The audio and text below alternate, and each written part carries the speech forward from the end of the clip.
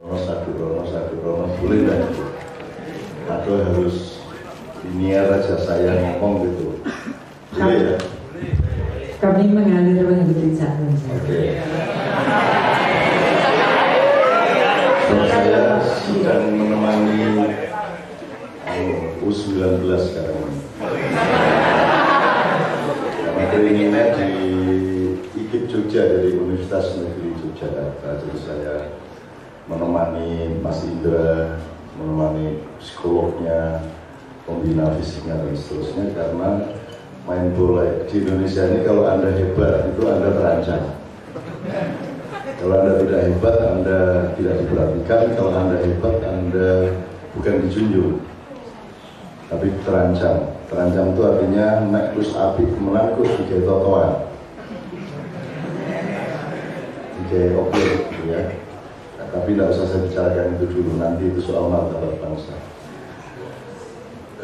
Menyentil sedikit karena dimulai dengan Ku Bakar Cintaku.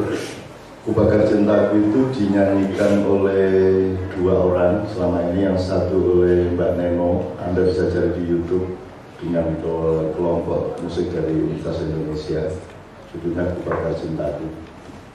Satu lagi Ku Bakar Cintaku tahun 74, Mbah Mudurimono 1974 ya, Bapak Munci Karoan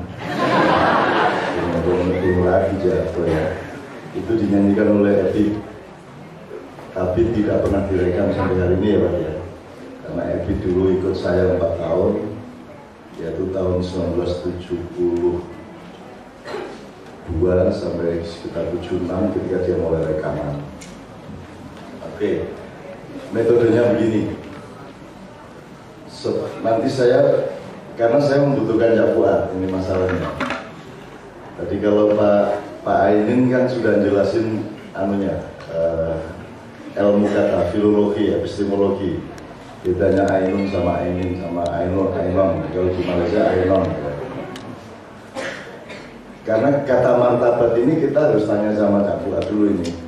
Bukan karena itu dari bahasa Arab, kalau mandiri dari bahasa Kawi ya kira-kira Pak ya, bahasa Jawa ya. Terus bangsa juga dari wangsa ya. Kita ini terlalu banyak omong di Indonesia ini dan tidak pernah paham benar-benar apa yang diomongkan. Tapi ya apa, ojo meneh kok omongan wong milih presidennya salah. Oh, jelas dukun tiban dari presiden. Kalau bedanya tokoh kalau Ponari kalau Ponari, Konawi, Jokowi, terus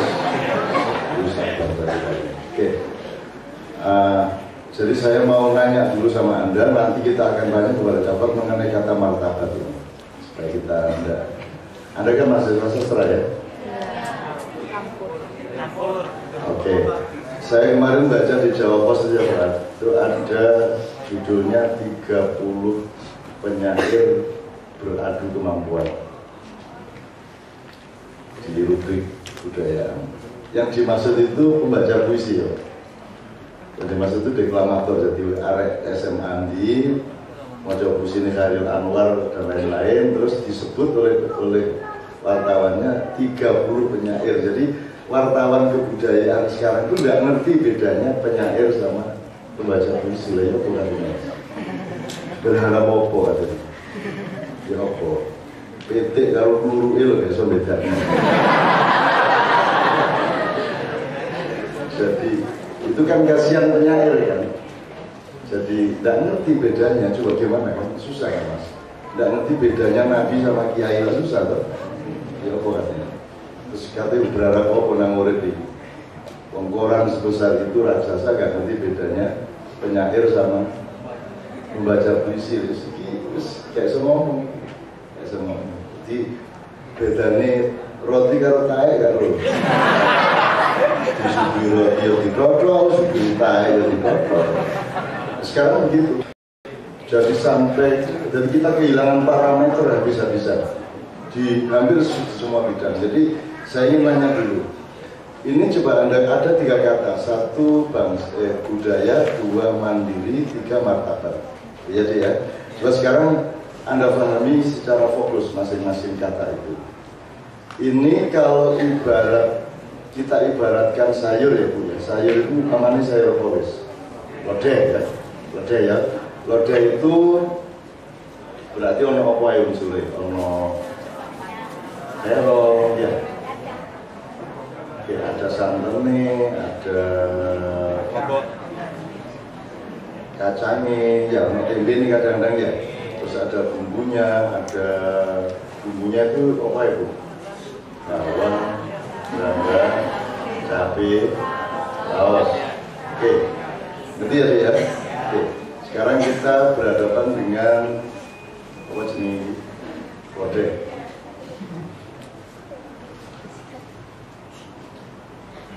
Lodeh itu kan setelah di warung awakmu jaluk jangan lodeh, kita minta jangan lodeh. Nah menurut Anda, terus sebelum dia di warung menjadi jangan lodeh, dia masih di dapur. Dia masih berupa gumba apa namanya? Masih berupa terong, tempe belum digodok, ya. Masih bahan mentah. Ya, jadi satu sudah jadi lodeh. Ada fakta lain ketika belum jadi lodeh dia adalah bahan mentah. Terus ada fakta yang lain. Bawang itu kan di kebun, di tanah, gitu. Santen belum jadi santen si kelopor ya, si burung dioncei, si burung di si burung di. Anda siapa yang pernah ngoncei kelopor, mungkin kelopor malu, angkat tangan. Burung lo isolnya badok pak. Harus satu cair kait badok, tapi nggak pernah punya simulasi. Ngoncai kelopok, sabutnya diambil, badoknya dipecah supaya ada duit disok ya, kan gitu. Baru nanti dicungkil, baru diparut kan gitu. Nah gitu, nara lo, sehingga terbetul. Oke, nah menurut sampean, menurut Anda semua anak-anakku sekalian, fakta satu tadi kan sayur. Lodeh. Fakta 2 bahan mentah di dapur. Fakta 3 buah dan tanaman di kebun. Sekarang kalau kita urut ini budaya, kemandirian, martabat. Budayanya ini di kebun apa di dapur apa di warung? Nah, ini kalau cara berpikirnya ini tidak benar, ngomong-ngomong mubeng-mubeng kan kok mek dadi SBY. Nah, cetol ya. Jadi sekali lagi budayanya ini di kebun apa di dapur apa di fakta kebun apa fakta dapur apa fakta warung? Coba yang warung angkat tangan. Budaya itu fakta warung angkat tangan. Tadi banyak yang ngomong warung. Oke, yang budaya itu fakta dapur, angkat tangan. Simpan ngake, agen ibu, ada kebun. Terus budaya adalah fakta, kebun, fakta kebun. Oke, ini paling banyak ya. Oke, terus kemandirian itu fakta mana? Jadi silang sekali kata ya Bu ya. Cara kita melihat sesuatu itu malah itu enggak. Terus martabat itu fakta mana? Fakta dari itu fakta kebun, fakta dapur apa fakta warung? Warung. Nah, ini monggo Bu ini kita elaborasi karena untuk punya ilmu pengetahuan, untuk menjadi teori, untuk mendapat legitimasi secara ilmiah dan akademis harus diperjelas. Kalau faktanya tidak jelas, pemahaman terhadap fakta juga tidak jelas, jangankan menjadi kesimpulan, menjadi hipotesis saja belum, bahkan menjadi asumsi pun belum. Namun ya secara akademis ya. Betul enggak? Oke.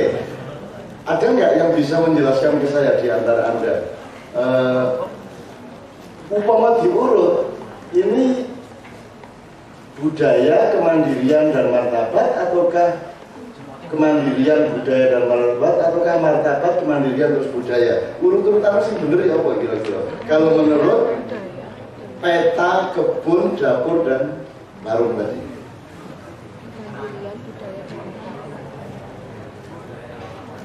Ya, kalau Anda bisa ngurut ini saja, urutannya kan kebun sih, baru dipeti, ya kait diteleh, awon, ditaruh di dapur, diirisi, diulek, ya toh, dimasak, baru ada fakta warung, gimana kalau udah disuguhkan, kan itu. Nah ini kan ada tiga ini, budaya, kemandirian, martabat. Ini yang mana yang dapur? Meskipun semuanya sebenarnya unsurnya tetap ada di setiap tempat, tapi kan sekarang ini ngomong aksentuasinya, ngomong substansinya. Jadi seharusnya kalau kita urut nih, kebun, dapur, warung, kan gitu kan urutannya. Betul enggak? Nah, saya tak nanya ke Fuad dulu. Kalau budaya pengertiannya, karena ini bahasa dari tidak dari Timur Tengah, tidak dari Inggris. Saya kira ini bahasa Bu Jawa, Bu kami terserah, pokoknya bahasa diri gitu ya. Mandiri juga gitu. Itu berasal dari bahasa yang dari Arab. Tapi kalau martabat katanya cara Arab ya. Jadi cara Arab itu ojo nyangkem sih nek kon guru ngono sing ahli lan. Kadung kecokot saiki ngomong apa wae gak jelas. Ngomong karakter lho. Sak menteri-menteri ini gak jelas. Karakter karepe apa? Akhirnya sekarang moral disebut karakter. Kan itu memang ada proyek bahwa pendidikan harus berbasis langsung bubaran di karakter mau rujak berkarakter. Nah, saya proyek untuk kan kait sih mau karakter meneh orang menteriannya ganti meneh. Betul enggak? Dulu aku baru belajar pendidikan berbasis apa sih kita dulu. Oh, pokoknya gonta ganti, gitu loh. Sing bingung mahasiswa ini susu kehilangan karakter mahasiswa ini. Gak jelas ini, gak jelas. Oke, jadi sekarang kita dengarkan mohon dengan sangat Bu Moderator. Saya mohon dapat menjelaskan Mama Ana martabak ya. Nek martabak jelas ini martabak.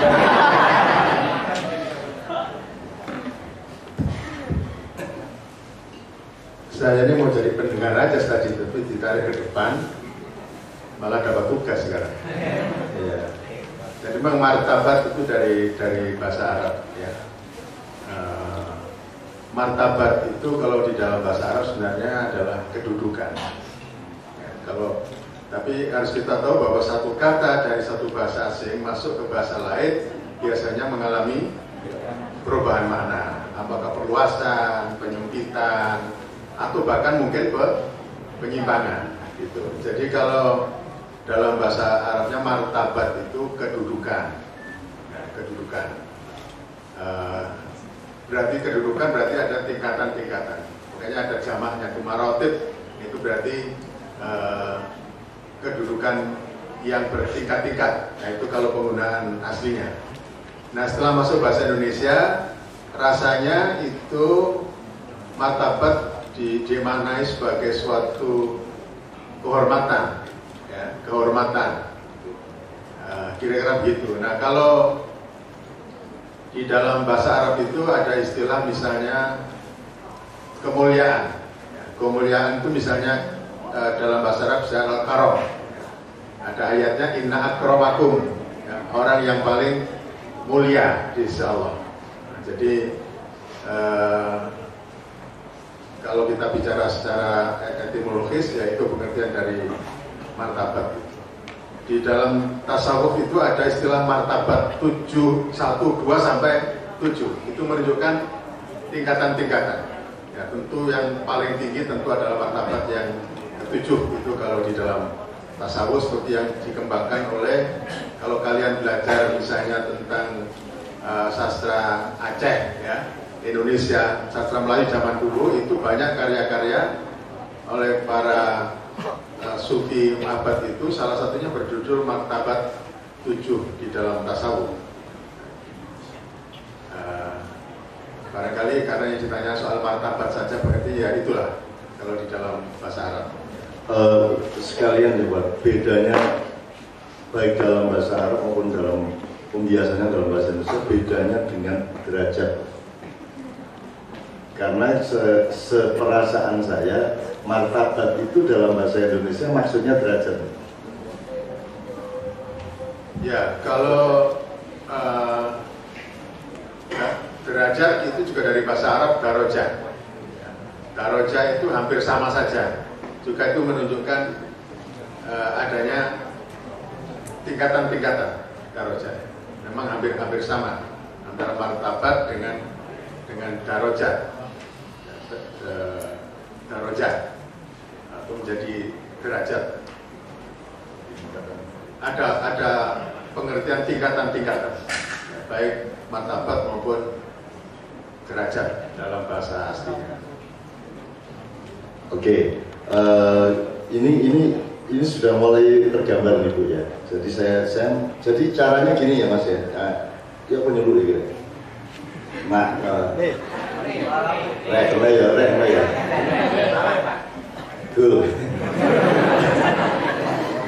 Oke, jadi sekarang saya tanya sama Anda, kalau dari penjelasan Mbak Fuad tadi, derajat ataupun martabat itu lebih bersifat kuantitatif ataukah kualitatif? Kualitatif. Nanti pada praktek budayanya, apakah seorang lurah itu pasti lebih rendah martabatnya dibanding seorang bupati? Kalau ngomongnya kualitatif. Kalau kuantitatif dia lebih rendah, kualitatif belum. Nah ini tolong setiap kali kita berpikir dinamis ya. Berpikir dinamis, artinya hati-hati loh ya, ini ono kualitas, ono kuantitas ya. Jadi kalau Anda tidak waspada di antara dua ini, kita akan ketipu sama fakta-fakta sekitar kita, mungkin fakta terhadap atas diri kita sendiri. Oke. Ibu moderator pasti mencatat ini ya. Jadi dinamika antara kuantitas dengan kualitas. Terus pertanyaan saya berikutnya, bedanya apa sih fakta kebun dengan fakta dapur dan fakta warung? Sekarang tadi kita sudah ngomong Bu ya, santen. Apakah Tuhan bikin santan? Tuhan bikin apa? Kelapa. Jadi kalau santan itu fakta mana? Fakta dapur dan fakta warung setelah dimasak. Tapi dia asal-usulnya adalah fakta kebun, yaitu kelapa. Jadi ngerti bedanya. Kalau kelapa itu subjeknya adalah Tuhan. Siapa subjeknya? Yang bikin? Tuhan. Kemiri? Godong salam, kedelai, Tuhan. Nah jadi jelas ya sekarang, fakta kebun sama sekali berbeda dengan fakta Allah. Tapi mungkin nggak Tuhan yang berkuasa di kebun ini terus berinisiatif marut kelompok? Ya. Nah, jelas ya Mas ya. Oke. Yang disebut budaya adalah kelopo disungget, gak disungget sih, dipenek, dionceki, badoke digawe irus, ya toh? Air kelapanya dipakai untuk menyembuhkan metumu marimu bioplosan.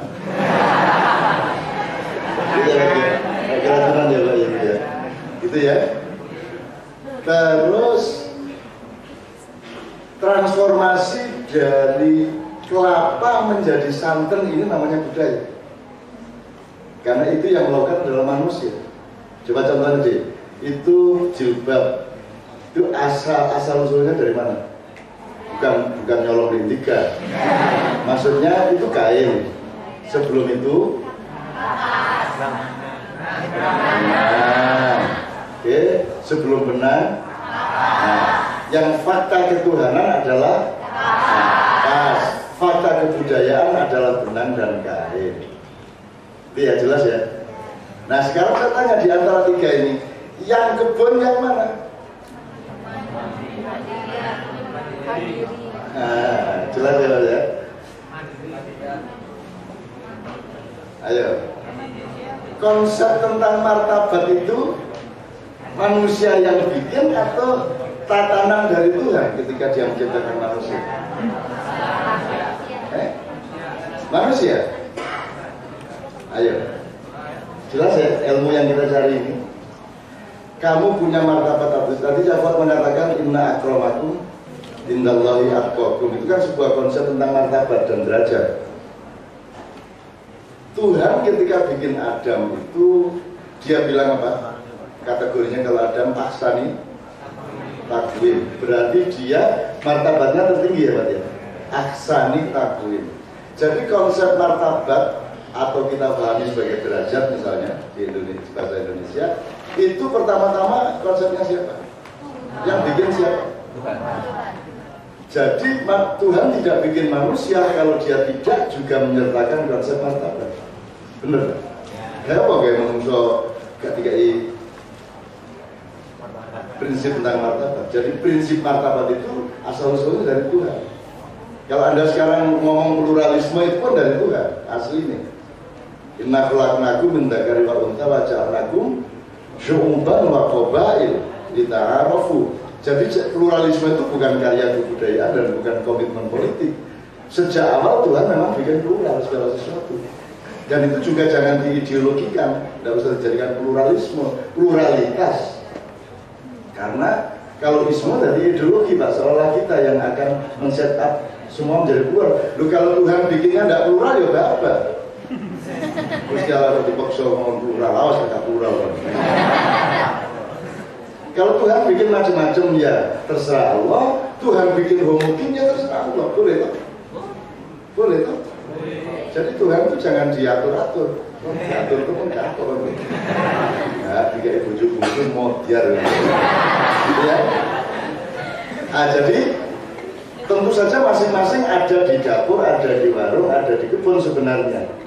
Cuma tergantung faktanya itu fakta tahap beberapa. Tapi kalau dicari titik beratnya, yang paling kebun ini budayanya apa mandirinya apa martabatnya? Sudah ketemu loh ini. Martabat ya? Dengan martabat ini maka manusia mandiri, dan yang disebut mandiri itu adalah dia pegang martabatnya benar. Yang dari Tuhan itu. Supaya ketika dia bikin budaya memenuhi syarat kemandirian dan memenuhi syarat martabatan. Benar nggak? Iya. Oke. Sebenarnya sudah ketemu Bu. Nanti kita bisa lanjut aja. Sudah ketemu ini. Top lari. Top ini tepuk tangan kita kayak ini.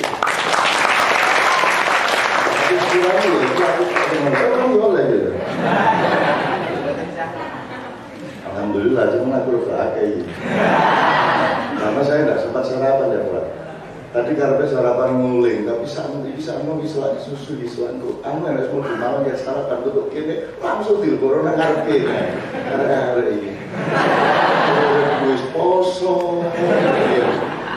Acara nang malam ini. Ayo langsung ke lokasi dari Pak Aidin. Rasa hatiku yang ngombe-ngombe saksi.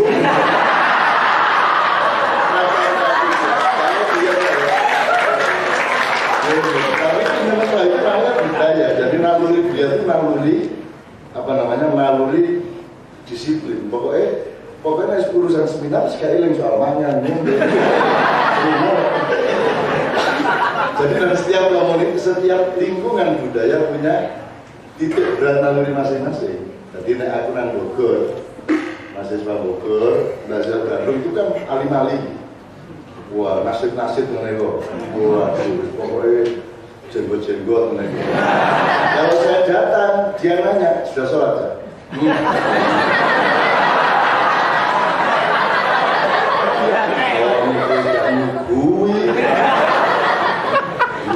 Nagih sembahyang. Musim cocok itu Jawa Timur asli. Surabaya, Malang, Jember. Begitu tutup wis mangan ya.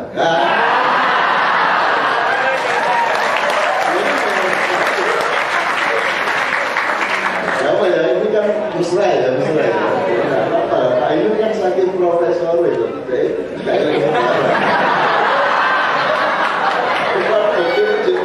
Iya. Sekarang aku dengan majurin aja, terus kapal kotak lirik posisi saya.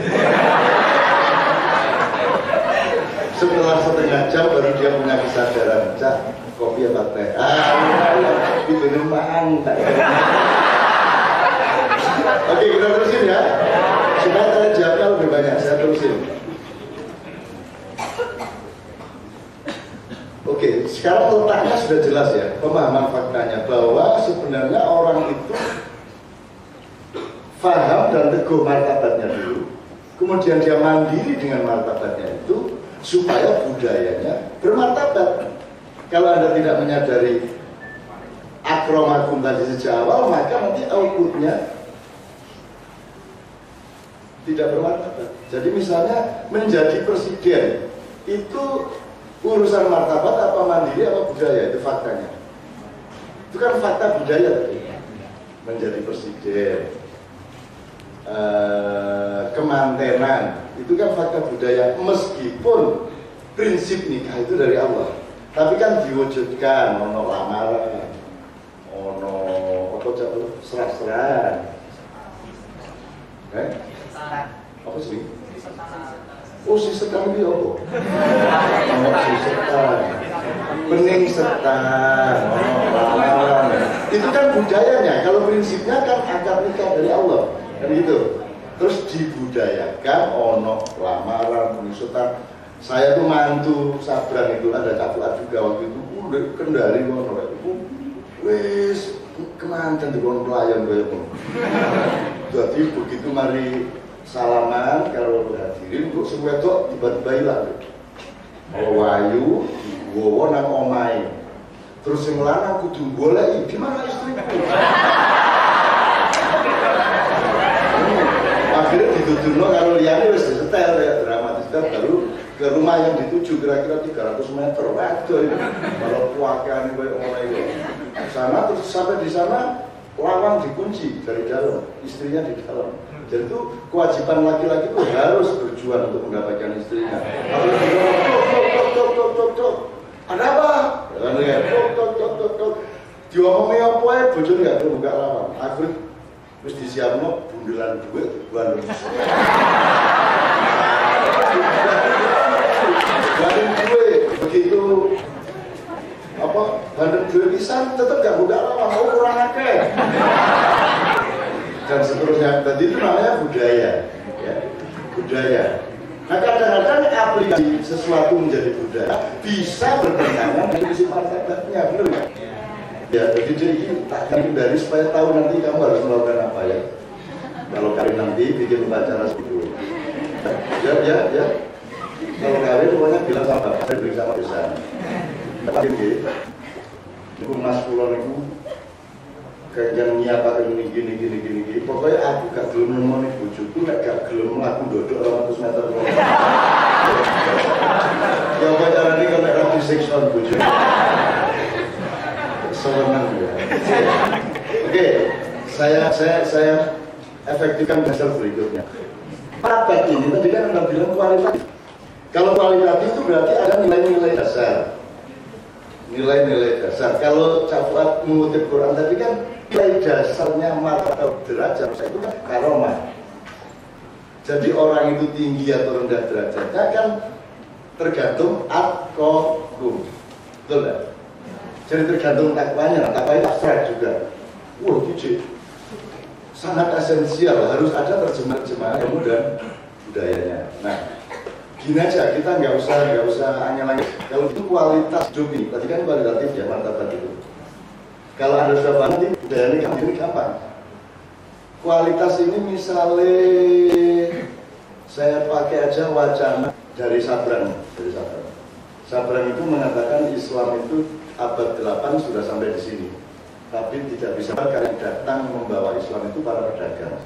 Nah pada masyarakat Nusantara pada waktu itu yang paling dipercaya adalah Brahmana, orang-orang yang alim dan soleh, terserah namanya apa, orang-orang yang dipercaya.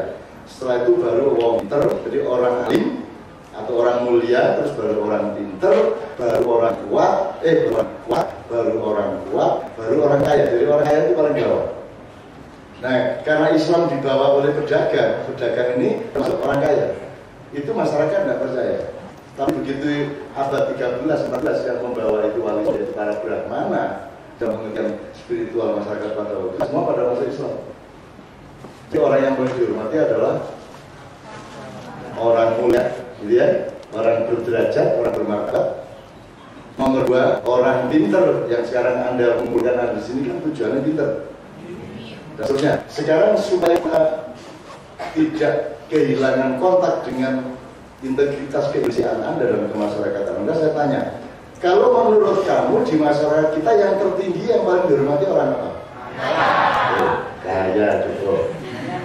Kaya, padahal 15 abad yang lalu masyarakat kita sudah tinggi derajatnya karena mereka menghormati derajat, bukan menghormati kekayaan. Sementara sekarang orang yang paling dijunjung adalah orang kaya itu yang tidak cukup deh. Orang kaya itu malah bikin cemburu, mangkel, jalan mangkel. Orang kaya belum punya itu. Iya ya. Sugio kayak orang kan kayak dibanding tai kan orang. Iya kan. Iya jadi sejauh kayak. Kan bagi pesantren calon bupati yang baik adalah yang ngasih duit lebih banyak. Gitu. Kan gitu. Mungkin kampus juga begitu. Coba Jokowi sama Ical sama Prabowo bantuan bersama ke kampus ini, umpamanya gitu loh. Karena kan ukurannya loh. Oke. Jadi menurut masyarakat Anda yang tertinggi adalah orang kaya. Menurut Anda berarti bangsa kita sekarang ini bangsa berapa Anda? Guru, kira-kira bilang. Oke, kita urut dulu ya, kita pastikan. Orang kaya. Kemudian orang baik dihormati orang kuasa. Nek kuasa tidak dihormati, orang bupati 10 tahun begitu jadi bupati, dulunya naik kijang, dilolok nol. Kon bupati 10 tahun kijang. Apa sih ini senia ya kalau senia kalau sejina berapa? Avanza. Gini. Jadi semakin korup semakin baik, betul nggak? Betul nggak? Kalau kamu punya kakak atau punya om di Jakarta jadi pejabat, yang dijunjung oleh masyarakat di desa adalah yang datang hari raya bawa mobil terbaik dan terus bagi-bagi duit sama si infak masjid, betul nggak?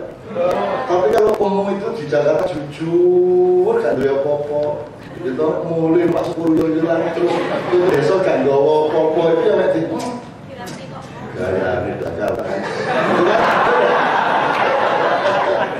Nah, jadi kita sekarang sudah adalah masyarakat yang nyuwun sewu yang derajatnya rendah, tetapi tetap ngasih kopi kan. Oke, ya dulu masyarakat kaya kuasa misalnya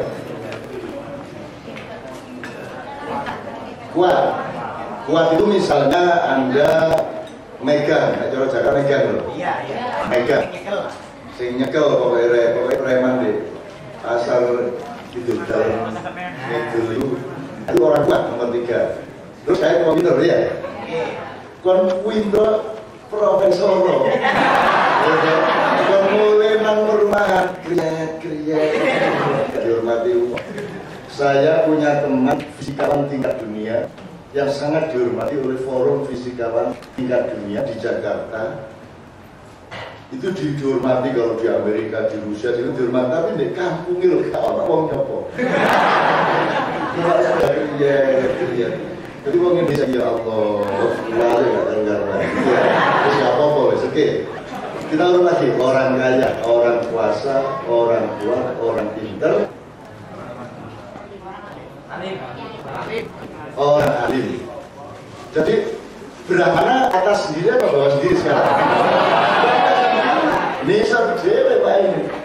Brahmana, ulama kiai bawah sendiri. Mulanya nggak tahan, akhir pasang tarif.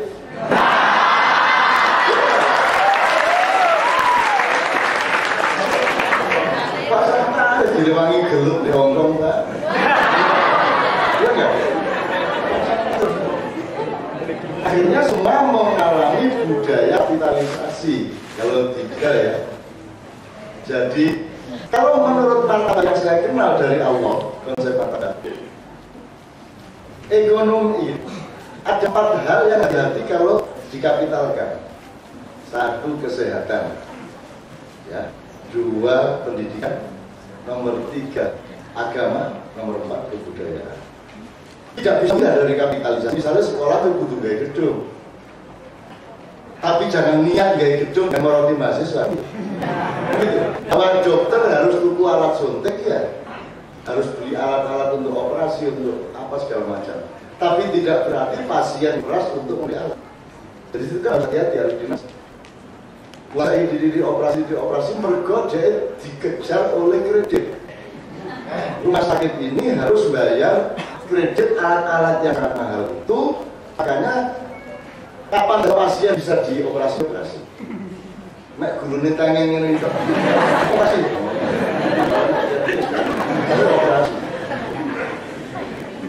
Gitu loh. Karena kesehatan itu komoditas. Kalau kesehatan menjadi kapitalisme, maka dokter doanya adalah ya Allah banyaklah orang sakit. Begitu kan? Jangan sampai sehat masyarakat. Kalau sehat masyarakat, rumah sakit kami bangkrut dan dokter-dokter tidak punya penghasilan. Dan gitu, kalau kapitalisme, di situ harus hati-hati antara martabat seorang dokter sebagai masyarakat di bidang kesehatan dengan penjual alat untuk mengobati. Itu dinamis setiap hari. Orang dokter sing lulus, orang sing gak lulus. Gitu. Pendidikannya gitu. Pendidikan ini ya masuk bangku tuh ya, tapi jangan sampai lantas ini setelah jadi BAMN ini monggo tesis. Gitu loh. Monggo, sekarang pendidikan menurut Anda ini pendidikan apa warung? Menurut Anda? Saya gini. Lalu naik sekolah, naik TK yo al opo, bukan, bukan analis. Soalnya sekarang orang tua merasa anaknya tidak aman, maka paling aman adalah ngelboknya di sekolah sama alim. Kira-kira beres lah, sembahyang, maksudnya beres begitu. Jadi menjadi komoditas. Nah, jadi teman-teman sekalian, 5 tadi saya mohon ya, Bu Pak Ayu dan Ibu. Kita sekarang punya, kalau mau seminar makalah jangan hanya untuk pengetahuan, tapi untuk kita punya ideologi bahwa nomor 1 bagi Anda itu adalah kemuliaan hidup, baru kepandaian gitu loh. Kayak apa kan pinter tapi punya martabat, punya kemuliaan. Untuk apa kaya? Untuk apa kamu kuasa? Untuk apa kamu hebat? Kalau kamu tidak punya martabat yang gitu. Nah, martabat ini ternyata nomor 1 ditentukan oleh uangnya yang tidak. Menurut Anda sekarang, apakah martabat seseorang parameter utamanya adalah kekayaan? Bukan. Ya. Apakah parameter martabat adalah kekayaan? Bukan. Ya. Apakah parameter martabat adalah kekuatan? Ya. Apakah parameter martabat adalah kuasa? Bukan. Apakah parameter martabat adalah kepandaian? Bukan. Ternyata parameter utama martabat adalah kebaikan, kemuliaan. Jadi ternyata beratnya apa? Itu. Jadi suke kamu, tapi arti berarti gitu. Untuk apa kita kaya tapi tidak baik, kan itu. Ya tapi saya tahu Anda jangan iso ya akhlaknya. Jadi kalau ya pulang barang ya bosok barang, pokoknya sembarang dikerat roti. Jelas sekarang teman sekalian. Nah, jadi sekarang kalau ngomong tidak kemudian dan martabat, hari ini kan kita akan kalau gitu nomor 1 kita berangkat dari apa? Nah martabat berarti parameternya adalah kemuliaan hidup, dan itu memang berat. Karena kemuliaan itu tidak garanti. Ngomong kadang-kadang nanti kalau sudah amat sekolah, yang lagi mulai kemudian anak bukan gila-gila cipran saya lagi guru-guru mah. Ini cari sini dulu jelas terus keluar mulai gini jika cari motor dulu biaya yang dipakai untuk biaya melahirkan. Nah sekarang Anda harus punya teori. Anda boleh mencari kekayaan, Anda boleh mencari jabatan, Anda boleh mencari kepastian, asalkan tetap menyertakan dasar martabat yang parameter yang utama adalah keluarga. Kalau Anda lulus beberapa tahun itu, nanti rezekimu akan berbeda orang yang nyuri. Kamu kan lebih makmur dari mereka. Kamu harus percaya sama Allah. Gitu loh. Oke, kira-kira sampai sini Bu. Setelah ini Anda silakan menarik garis proyeksi ke kasus-kasus yang Anda bayangkan ketika masuk seminar ini. Masuk budaya apa, kemandirian apa. Ini kan yang belum kita sebut yaitu bangsa. Apa terakhir?